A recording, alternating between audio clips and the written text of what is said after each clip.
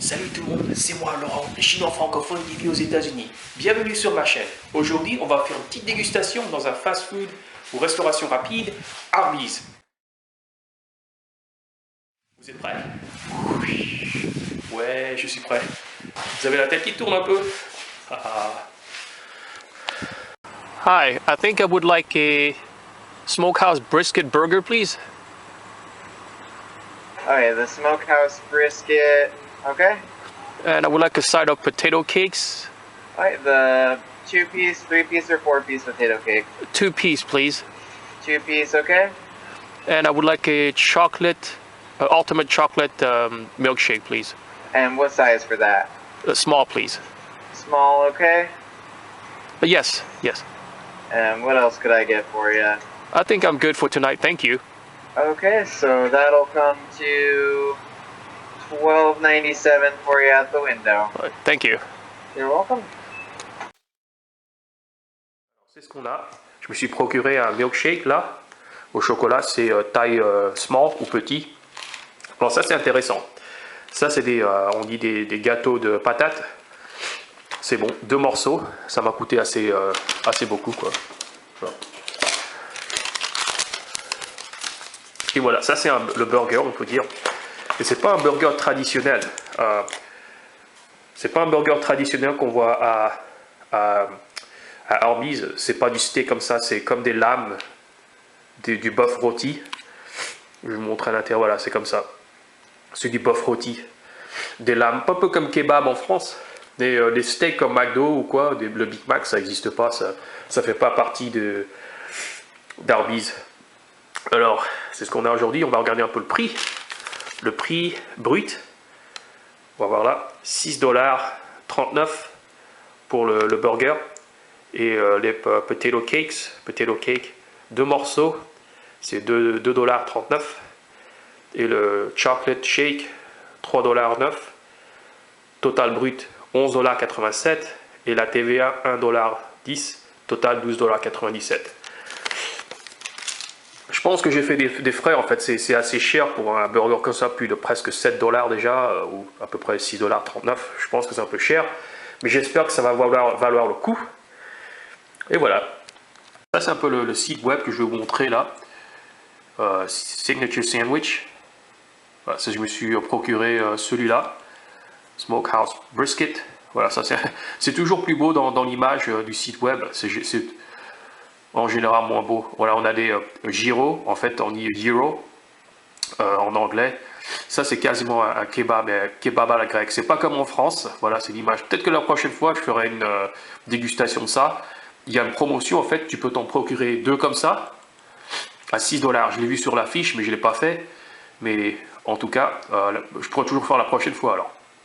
Bon, je me suis procuré ça, et ben on va voir, d'accord? Je me sens très gâté. Et en général, j'aurais pu me procurer une sauce pour les gâteaux de patates. Mais en fait, c'est la première fois que j'ai essayé. Mais je pense que je peux un peu anticiper comment ça goûte. C'est comme du hash brown, même il y a un nom différent. Alors, je vais essayer.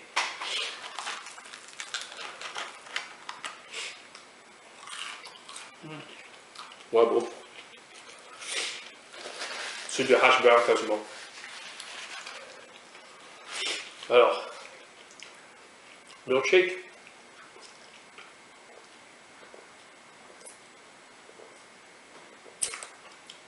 Oh là là. Je dois le faire maintenant. Et voilà. Alors, le moment de vérité est arrivé. Je vais finalement faire la dégustation. Ça, il y a du bacon dedans, ça a l'air du bacon, non. Il y a des oignons frits, fromage. Et on va voir comment ça va goûter. Voilà. Il y a la sauce barbecue dedans. Ça fait un peu kebab. Kebab avec du pain dans un hamburger. Du pain d'hamburger comme ça. Mais ce que j'ai trouvé en général, même en fait, je ne suis pas forcément un grand fan d'Arby's. Arby's, c'est genre la viande, comme je vous l'ai dit. C'est pas des steaks conventionnels comme des burgers normaux qu'on voit à McDo ou à Burger King.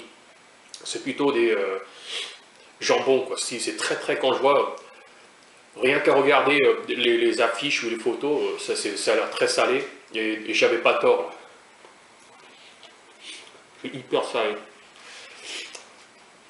Hyper salé, c'est pas forcément mon truc, mais bon, je le fais pour vous, mes spectateurs francophones, qui vivent par procuration dans mes vidéos. Il y a la chantilly, un peu du sirop au chocolat. J'ai bien fait de choisir ce moment. Ça, c'est petit. On est en 2019. Ça doit être 2005, 2006. Je vois presque jamais un hardis. Nous, on en voit un petit peu partout. Voilà. En Amérique. Au moins dans l'agglomération de Seattle. J'adore. Donc, un de ces jours, je vais un peu changer de sujet. Je ne suis pas forcément obligé de faire que des dégustations de fast-food américain. C'est une chaîne un peu freestyle, si je pourrais dire. Je pense que j'ai un parcours particulier, parce que comme je le dis, j'ai une tête asiatique. Je suis né en France, j'étais scolarisé en France. J'ai déménagé aux États-Unis à l'âge de presque 12 ans. J'ai passé mon adolescence aux États-Unis. Et donc on pourrait dire que ce parcours-là, c'est un parcours qu'on ne voit pas tous les jours. C'est pas un parcours comme mes parents ne font pas partie de l'armée, ou ils ne sont pas des diplomates, et ils ne sont pas des religieux ou des moines ou des missionnaires, ou, comment dire, chrétiens ou quoi. Asiatique, d'origine asiatique, en tant que réfugié, quoi. Guerre du Vietnam. Et pourquoi ils ont décidé de déménager de la France aux États-Unis? Parce que je pense que des raisons économiques. En tant qu'adulte, en fait, je suis retourné en France à l'âge de 30 ans. Un choc de mon organisme. Strictement, c'est choc de culture. Parce que, tout ça parce que j'ai été né en France et scolarisé en France. On pourrait dire que je me suis métamorphosé en américain, entre guillemets. J'avais la mentalité américaine. Et mon français n'était pas à la hauteur. Je ne parle pas beaucoup français. C'est une chose en fait que les monolingues, les gens qui parlent qu'une langue, qui sont nés dans un pays, qui ont vécu dans leur pays toute leur vie, ils ne savent pas que quand on déménage dans un autre pays, on parle une autre langue. Conséquemment, on peut oublier la langue maternelle. Et mon frère en fait, c'est l'exemple parfait. Il a déménagé de la France aux États-Unis, il doit avoir 6 ans. Il est venu un an en avance avec moi, avant moi. Moi, je l'ai rejoint un an plus tard. J'étais complètement... Je commence à lui parler français, il ne parle pas français. Il a l'accent américain, il dit yeah, yeah, voilà, je comprenais rien.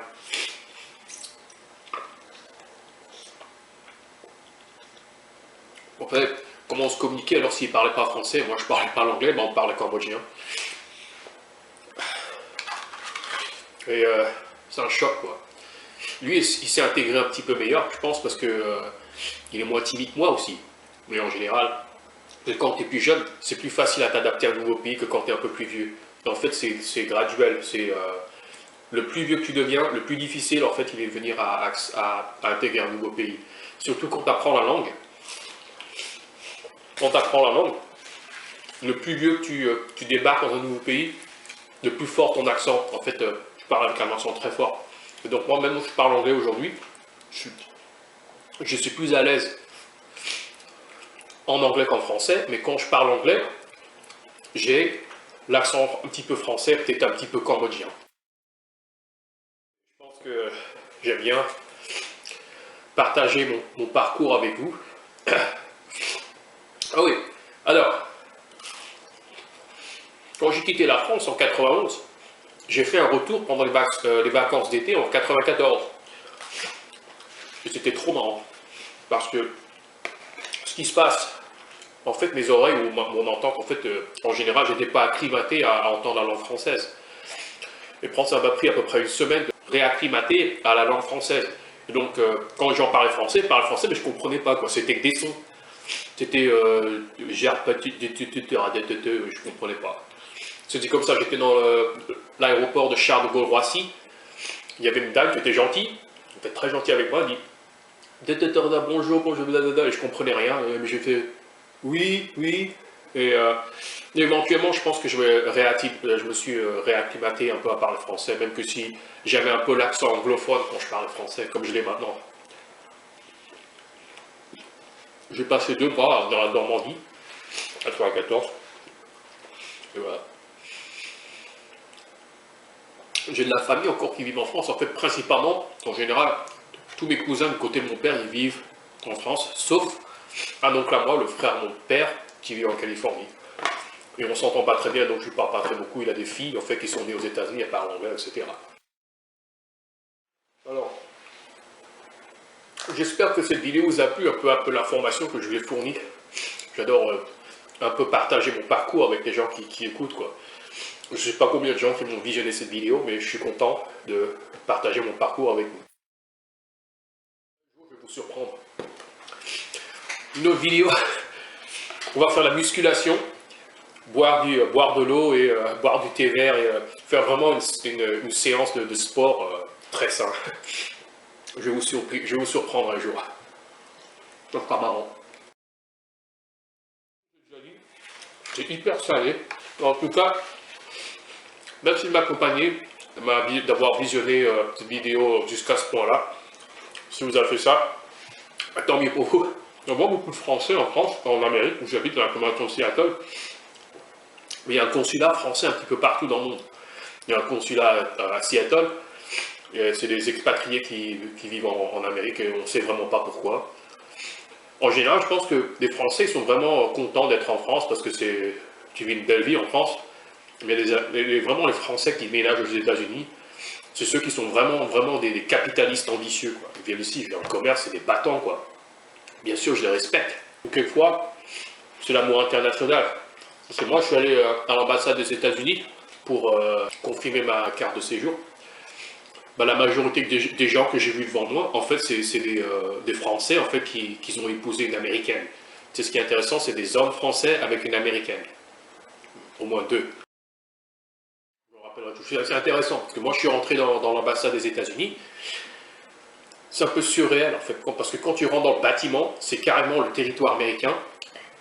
C'est ce qui est intéressant, que les toilettes, pour ceux qui sont déjà venus aux États-Unis, en fait, c'est les toilettes françaises et les toilettes américaines sont un peu différentes, quoi. Et moi, je suis très familier avec à quoi ressemblent des toilettes américaines, c'est trop marrant. C'est exactement comme des toilettes américaines avoir comment dire, la porte. En fait, c'est ce qui est important, qu'il y a une fente.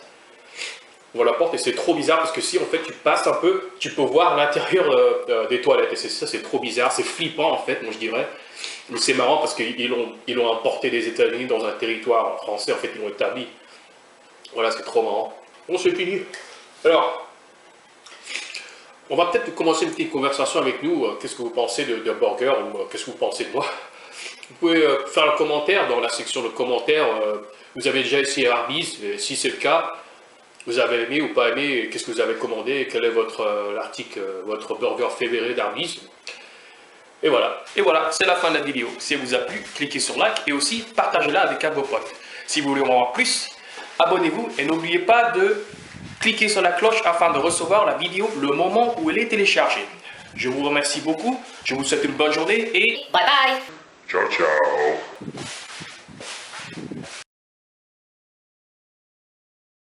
c'est Sonic. Je pense que demain je viendrai là pour faire la prochaine dégustation.